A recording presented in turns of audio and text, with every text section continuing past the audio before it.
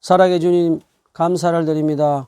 오늘도 우리에게 건강을 주시고 건강한 영혼을 주셔서 살아계신 주님을 경배하며 예배할 수 있도록 은혜 내려주셔서 감사를 드립니다. 이 시간 살아계신 하나님의 말씀을 전하는 시간입니다. 성령 하나님 저에게 임하여 주시옵소서. 성령의 능력과 지혜를 더하여 주셔서 살아계신 하나님의 음성을 전달할 수 있게 깨끗한 통로로 사용해 주시옵소서. 말씀을 듣는 사람들에게도 분별력을 허락하여 주시옵소서. 하나님의 말씀을 들을 때 가난하고 겸손한 심령들이 예수님을 만나게 하시고 예수 그리스도의 음성을 듣게 하시고 아픈 심령들이 다시 치유되고 회복되어서 예수 그리스도와 함께 살아가는 귀한 역사가 일어나는 시간 될 수 있도록 축복해 주시옵소서. 예수님의 이름으로 기도합니다. 아멘. 제가 영국에서 한 5년 동안 살면서 기억나는 두 가지를 한번 말해 보겠습니다. 첫 번째는 영국은 섬나라인데 겨울 되면 햇빛을 거의 볼 수가 없습니다. 하루에 한 30분 정도만 그 햇빛을 볼 수 있습니다. 그래서 그런지 영국 사람들은 크리스마스 때 크리스마스 홀리데이를 다른 나라 햇빛이 많은 더운 나라로 모두들 홀리데이를 가버리고 교회는 텅텅 비어버리는 그런 것을 경험한 적이 있습니다. 두 번째는 제가 영국에서 신학 공부할 때 교수님이 한 말이 아직도 잊혀지지 않는 것이었습니다.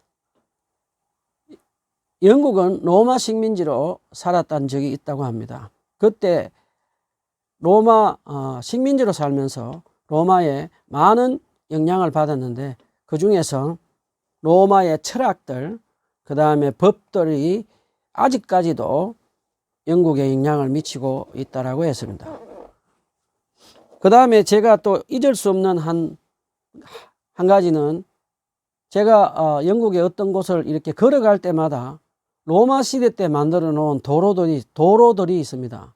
도로를 이렇게 길게 깎아 가지고 땅 속에 박아 가지고 만들어 놓은 로마 도로인데 그 도로들이 아직도 멀쩡하게 튼튼하게 사용되는 것을 보면서 로마 사람들이 상당한 영향력을 영국 사람들에게 끼쳤구나라는 그런 경험을 한 적이 있습니다. 자, 오늘 본문은 누가복음 2장 1절로 14절 본문을 가지고 하나님의 말씀에 은혜를 나누고자 합니다. 오늘 본문 2장 1절에서 14절 말씀은 당시에 로마 황제였던 가이사 아구스도 명령에 의해서 요셉이 마리아를 데리고 호적을 하러 가다가 베들레헴에서 예수님이 탄생하는 장면입니다. 자, 오늘 이 장면을 알아보기 전에 먼저 누가복음 1장을 있는 곳을 한 곳을 찾아보도록 합시다. 우리가 잘 아는 대로 이스라엘은 당시에 로마 제국 식민지로 살면서 그들을 구원해 줄 메시아를 강력하게 기다리고 있었습니다.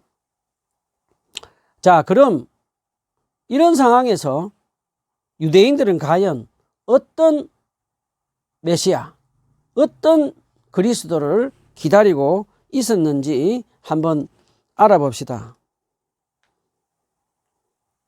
메시아를 향한 마리아의 찬가에서 마리아는 위아래가 뒤바뀐 하나님의 나라, upside down kingdom 기다린다고 찬양합니다. 누가복음 1장 46절로 53절에 보면 가난하고 비천한 마리아는 하나님 나라를 이루어 줄 구주 그리스도 메시아가 오면 비천한 자기 자신과 비천하고 가난한 목자들과 가난한 사람들은 하나님 나라에서 높여주고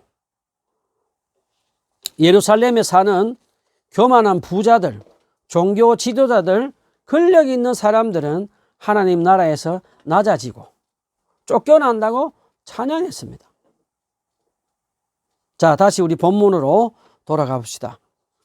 누가복음 2장 5절 7절 다 같이 한번 읽어봅시다. 누가복음 2장 5절에서 7절 말씀 다 같이 읽어봅시다.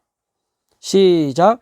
자기 약혼자인 마리아와 함께 등록하러 올라갔다. 그때 마리아가 해산할 날이 되었다.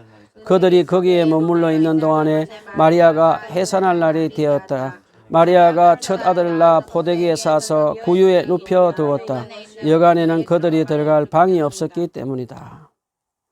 자, 누가복음 2장 4절에서 7절 말씀은 구약 성경 미가서 5장 4절에 예언된 대로 유다 땅 베들레헴에서 예수님은 태어나셨습니다. 그런데 하나님의 아들 예수 그리스도께서는 가장 낮고 천한 짐승들의 모기통인 구유에서 태어나셨습니다.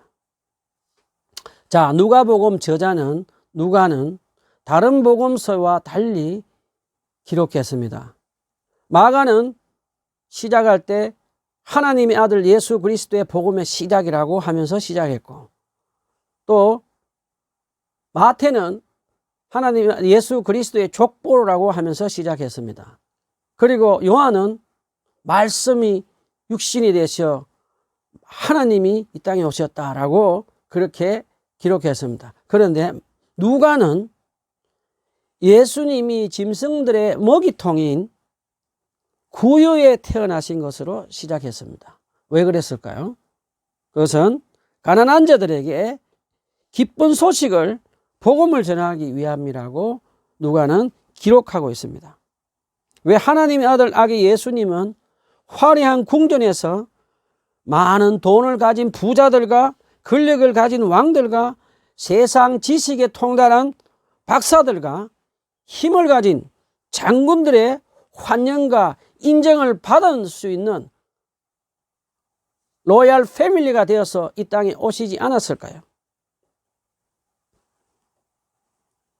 요한복음 1장에서 요한은 하나님의 아들 예수 그리스도는 말씀으로 하늘과 땅, 해와 달, 더 넓은 우주와 나무와 풀, 짐승과 물고기, 그리고 흙으로 하나님의 영을 불어넣어서 사람을 창조하신 창조주라고 말씀하셨습니다.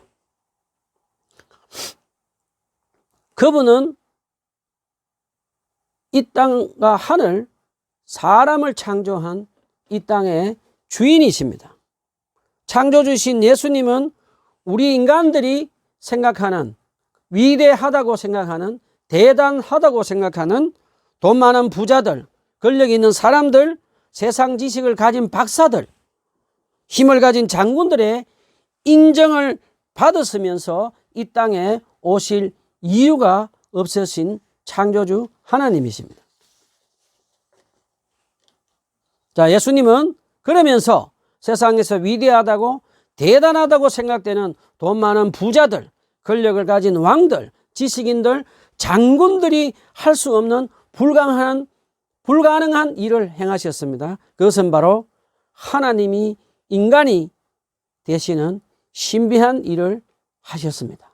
God became flesh. 하나님이 사람이 되시는 신비한 일을 행하셨습니다. 누가복음을 기록한 누가는 다른 복음서와 달리 누가는 예수님이 짐승들이 먹는 구유에서 탄생하신 것은 가난한 자들에게 기쁜 소식을 전하러 오신 구주 예수 그리스도 메시아이심을 보여줍니다. 예수님은 우리 인간이 생각하는 대단하고 위대한 사람들의 인정을 필요로 하시지 않고 오히려 세상에서 가장 낮고 천한 낮은 자리로 오시며 요즘 젊은이들이 말하는 가난한 흙수저로 오시는 그런 겸손한 모습을 보여주셨습니다. 예수님이 이 땅에 오실 때 왕궁에서 태어나지 않으셨습니다. 예수님은 부잣집에서 태어나지 않았습니다. 기독교는 가장 낮고 천한 곳, 짐승들의 먹이통, 구유에서 시작되었습니다. 그리고 예수님이 이 땅에 오실 때 하나님 앞에서 가난하고 겸손한 마음을 가진 마리아와 요셉을 통해서 오셨습니다. 누가복음 2장 8절에서 11절 이하에 보면 하늘의 천군 천사들이 총동원되어서 얼마나 기뻐하며 아기 예수님을 경배하며 기쁜 소식을 전하는지를 볼 수 있습니다. 하늘의 천군 천사들이 온 세상의 죄를 구원하실 구주 예수 그리스도가 태어나신 기쁜 소식을 제일 먼저 들은 사람들은 양을 치는 가난한 목자들이었습니다.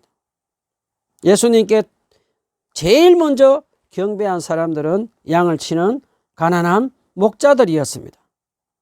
그 당시 양 치는 목자들은 가장 신분이 낮은 사람들이며 회당에서 마음대로 갈 수도 없고 쫓겨날 정도로 가장 낮은 가난한 사람들이었습니다.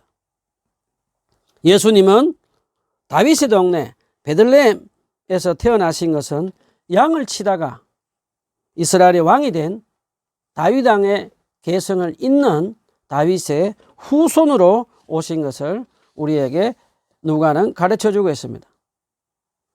하나님은 가난하고 겸손한 목자들에게 천사들을 통해서 제일 먼저 기쁜 소식을 전하신 것은 예수님이 가난한 목자들을 사랑하시고 불쌍히 여기시며 가난한 그들을 구원하러 오신 것을 우리에게 가르쳐 줍니다. 자, 누가는 또 예수님이 공생애를 시작하실 때도 가난한 자들에게 기쁜 소식을 전하러 오셨다고 가르쳐 줍니다.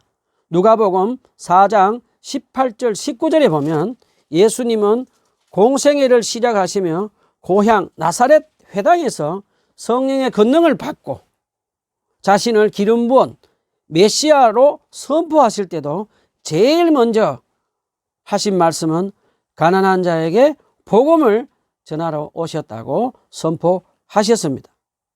그 다음에 예수님은 이제 가난한 자들을 위해서 주의 은혜의 해 희년을 레위기 25장 10절에 있는 말씀으로 선포하셨습니다.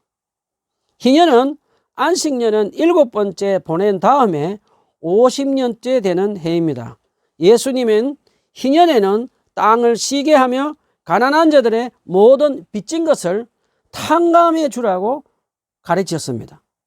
그리고 예수님은 또 희년에는 레위기 25장 23절에서 28절 말씀을 가르침대로 가난한 소장농들이 부자들에게 돈을 빌릴 때 준 땅의 소유권을 원래 주인인 가난한 소장농들에게 되돌려 주라고 선포하셨습니다.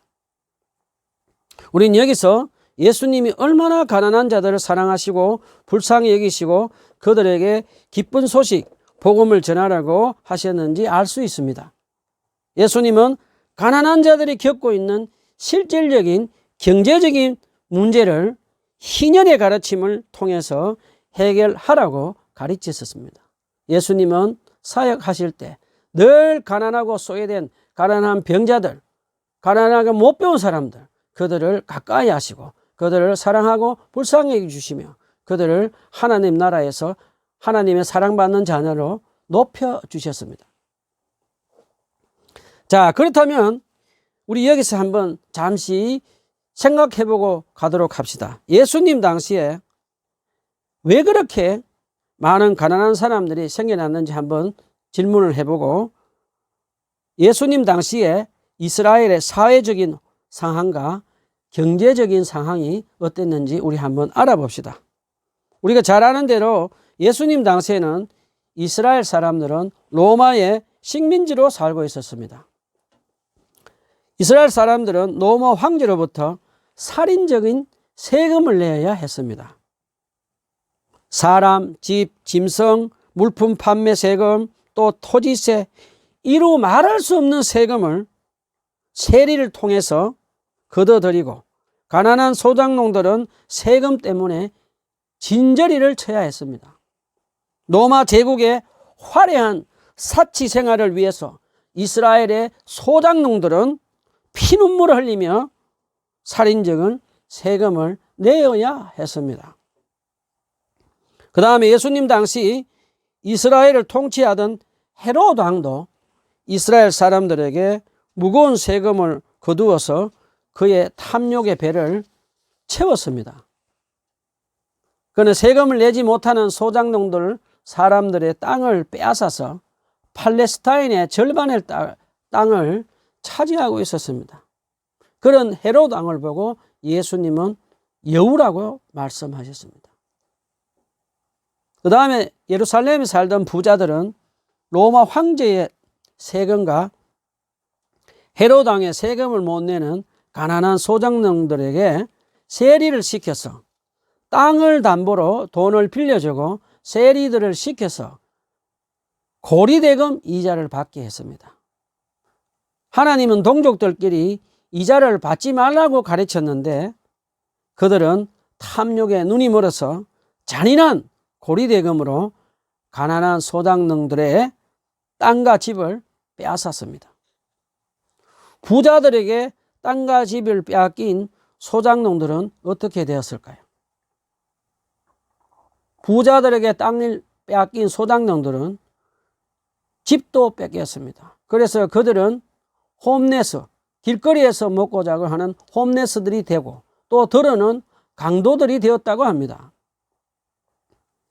자, 예루살렘에 사는 부자들인 이 상류층에 속한 사람들은 자기 집에서 같은 동족인 사람들을 노예로 살던 그 가난한 사람들을 무시하고 차별하며 어울리지도 않고 살았습니다. 예루살렘의 부유한 자들은 돈과 쾌락을 추구하며 하나님의 도우심을 필요로 하지 않고 영적 일에, 하나님의 일에는 전혀 관심이 없이 살았습니다. 예수님은 그들을 향해서 누가복음 6장 20절에서 24절 말씀에 보면 부유한 자에게 화 있을지언정 가난한 자는 복이 있느니라고 말씀하셨습니다. 그러시면서 예수님은 우리가 잘 아는 대로 부자와 거지 나사로 비유를 들으면서 이 땅에 살면서 좋은 음식과 파티, 돈을 가지고 쾌락을 즐기던 부자와 죽고 거지 나사로도 죽고 이제 하나님 나라에 들어갔는데 한 사람은 지옥에 있고 한 사람은 아브라함의 품에서 있는 것을 가르쳐 주면서 하나님을 사랑하지 않고 가난한 자를 무시하고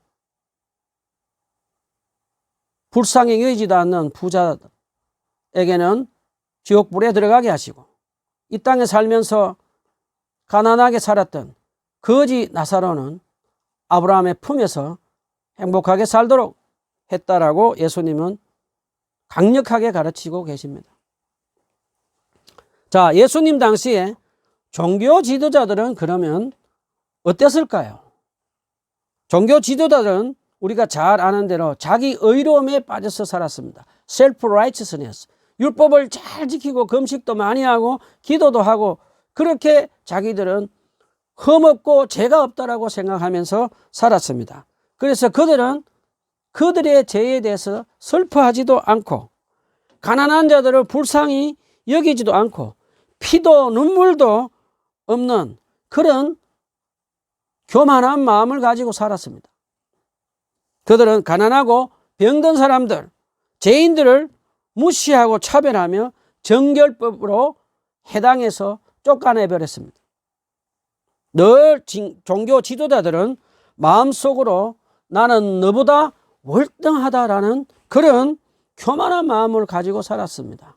I am better than you 라고 하면서 늘 상대방을 look down, 무시하고 깔보는 그런 교만한 사람들이었습니다. 자, 종교 지도자들 중에 대제사장들은 AD 기원 후 6년에서 67년 사이에 18명의 대제사장 중에 16명이 예루살렘 갑부, 가문 출신이었다고 합니다. 예루살렘에 있던 이 갑부, 대제사장, 종교 지도자들은 예루살렘의 땅도 많이 가지고 있으면서 특별히 지방에 많은 땅을 가지고 있으면서 중간 대리인들을 통해서 관리하고 있었다고 합니다. 그 당시 종교 지도자들은 예루살렘 성전을 중심으로 해서 부와 안락함을 누리고 있었습니다. 누가복음 16장 15절에 예수님은 그런 바리새인들을 향해서 이렇게 말씀하셨습니다.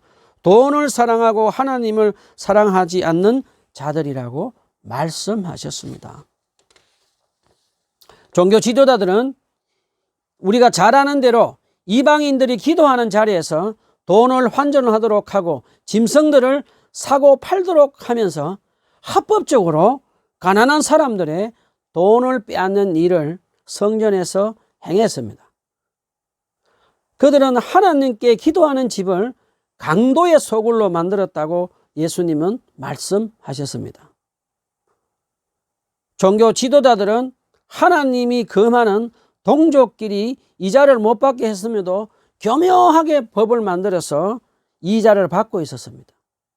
가난한 소장농들이 과도한 세금으로 성전세와 11조를 못 내자 그들은 가난한 사람들을 경멸하며 회당에서 쫓아내버렸습니다. 예수님은 그들을 향해서 독사의 자식들아 라고 공개적으로 그들을 사탄의 자식들이라고 강하게 말씀하셨습니다. 자, 우리가 아까 전에 읽었던 누가복음 1장에서 메시아를 애타게 기다리던 마리아의 찬양처럼 이 땅에 오신 구주 예수 그리스도 메시아는 세상과 다르게 위아래가 뒤바뀐 하나님의 나라 업사이드 다운 킹덤을 이루어 주셨습니다. 이 땅에 오신 구주 예수 그리스도 메시아는 가난하고 겸손한 마리아와 요셉 그리고 가난하고 겸손한 소장농들 가난한 목자들은 하나님 나라에 들어오게 하고 그들을 높여 주었습니다. 그러나 마음이 교만한 부자들, 근세 있는 자들, 종교 지도자들은 하나님 나라에서 낮아지고 쫓겨났습니다. 예수님은 가난하고 겸손한 마리아와 요셉, 가난한 소장농들, 목자들은 하나님 나라에서 하나님의 사랑받는 자녀로 높여주셨습니다. 예수님은 하나님을 사랑하지 않고 사탄의 도구가 되어 마음이 교만하여 돈을 사랑하고 가난한 사람들을 무시하고 불쌍히 여기지 않는 부자들과 종교 지도자들은 낮추시고 하나님 나라에서 들어오지 못하도록 멸망하게 하셨습니다. 예수님이 부활 성천 후에 사도행전 2장에 보면 가난하고 겸손한 예수님의 제자들은 가난한 사람들에게 기쁜 소식을 전하며 가난한 사람들에게 그들의 재산을 나누어서 주면서 그들을 도우며 함께 살았습니다.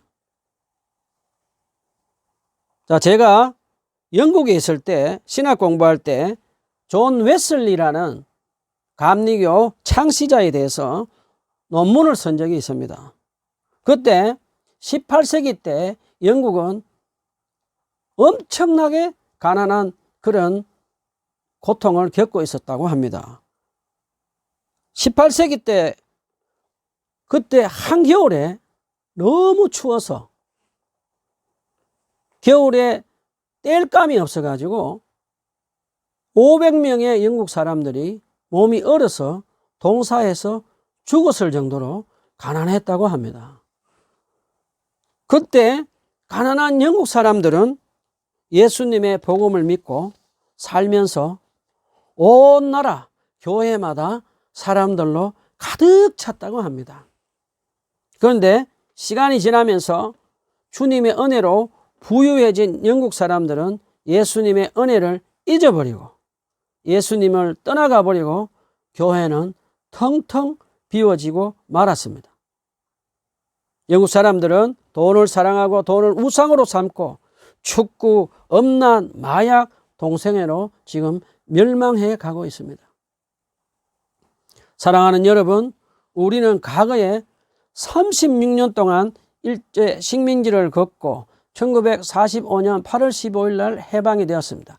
그리고 1905년 후에 1950년 6월 25일 6.25 전쟁을 겪으면서 우리는 굶기를 밥 먹듯이 했습니다. 그런 가난한 우리에게 하나님은 선교사들을 보내주셔서 예수 그리스도의 복음을 믿고 하나님 나라에서 사랑받는 자녀로 높여주시고 또 부유하게 살게 해주신 그 하나님의 은혜, 예수 그리스도의 은혜를 우리가 잊지 말고 기억하고 살아야겠습니다. 자, 지금 우리가 사는 세상은 자본주의에 살고 있습니다. 사탄은 우리에게 계속 말합니다. 돈이 최고다. 돈만 있으면 모든 거 다 할 수 있다. 이 세상에 진정한 사랑은 없다 라고 하면서 계속 우리를 속이고 유혹하고 있습니다.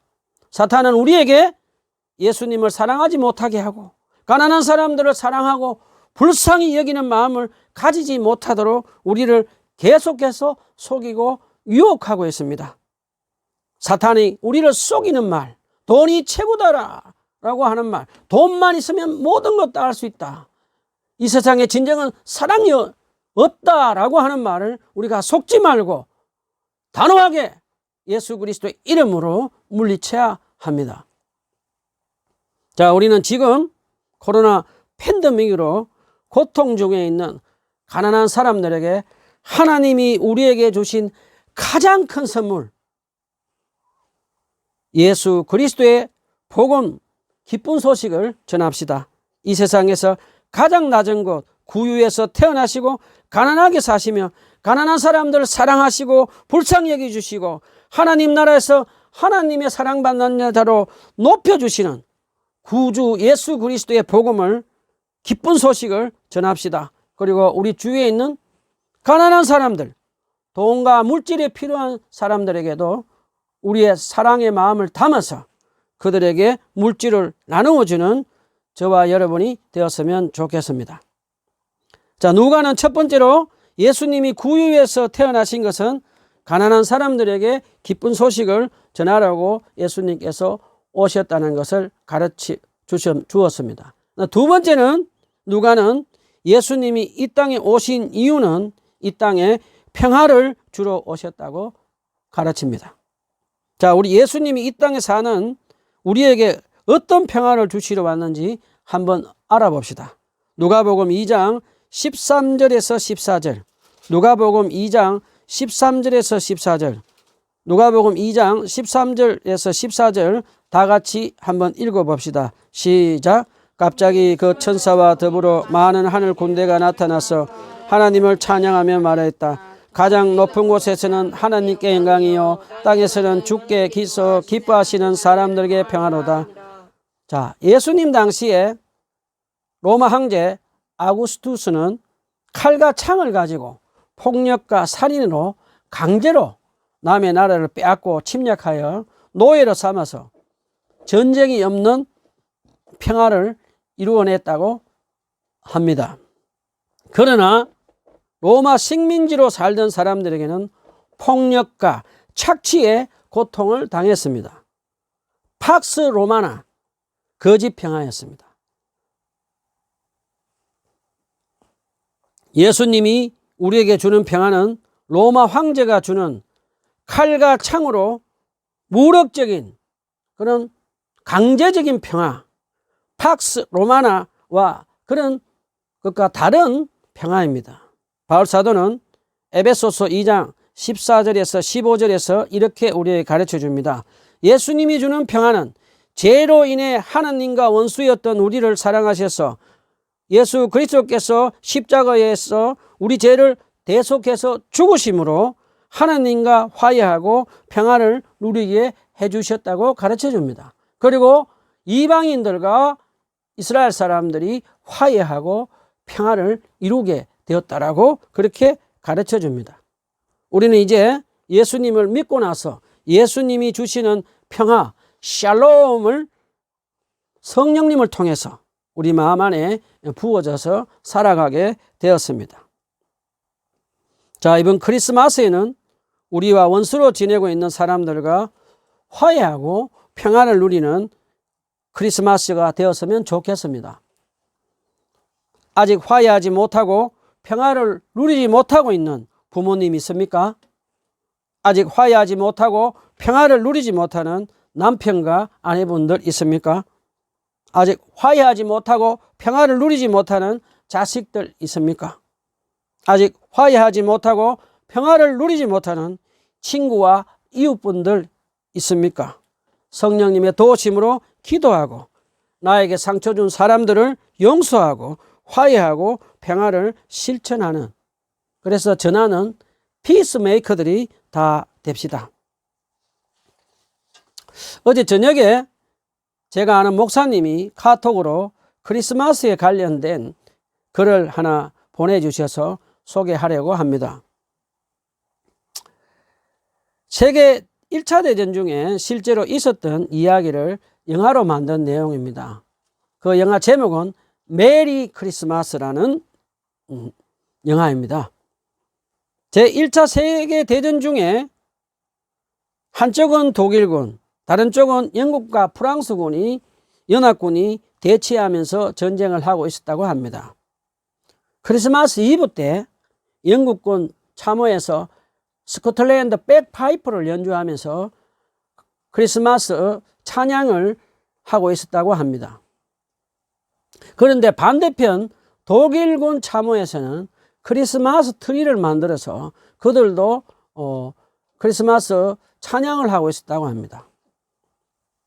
그런데 한 독일군 장교가 갑자기 크리스마스 트리를 들고 고요한 밤, 거룩한 밤을 독일말로 찬양하는 소리가 영국군 참호의 소리까지 들려왔습니다. 그 소리를 듣고 영국군들은 고요한 밤, 거룩한 밤, 그를 백파이프로 연주하면서 독일 성악가 출신의 장교가 고요한 밤, 거룩한 밤을 부르도록 합창해 주었습니다. 연주해 주었습니다. 그 노래가 이제 고요한 밤, 거룩한 밤이 다 끝나고 나니까 또다시 분위기가 사늘해졌다고 합니다.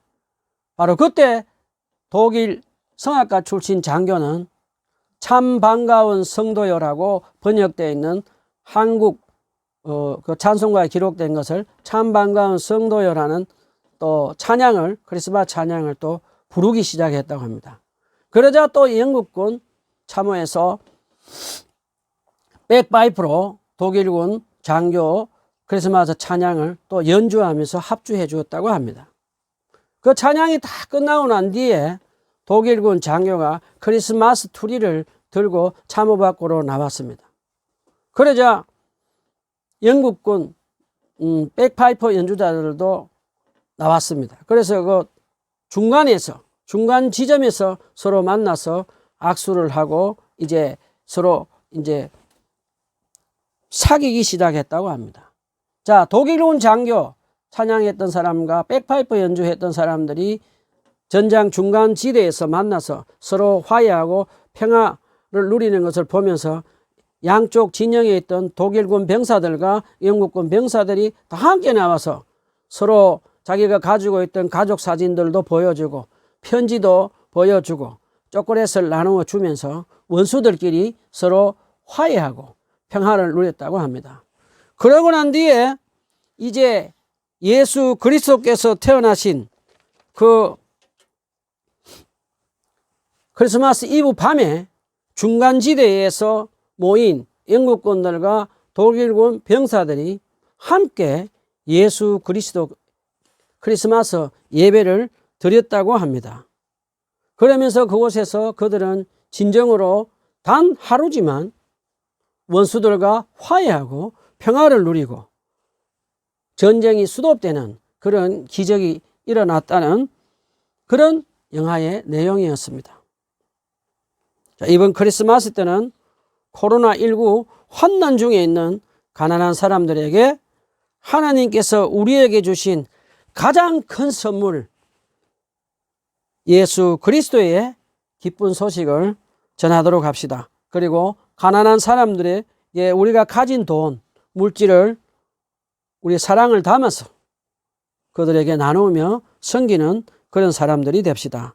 그리고 아직도 하나님과 원수된 분들 예수 그리스도를 믿고 하나님과 화해하고 평화를 영원히 누리는 여러분들이 되시기를 간절히 부탁드립니다. 아직도 원수처럼 지내는 가족들, 이웃들이 있으면 화해하고 평화를 이루며 실천하는 저와 여러분이 되었으면 좋겠습니다. 즐거운 성탄 보내십시오. 메리 크리스마스.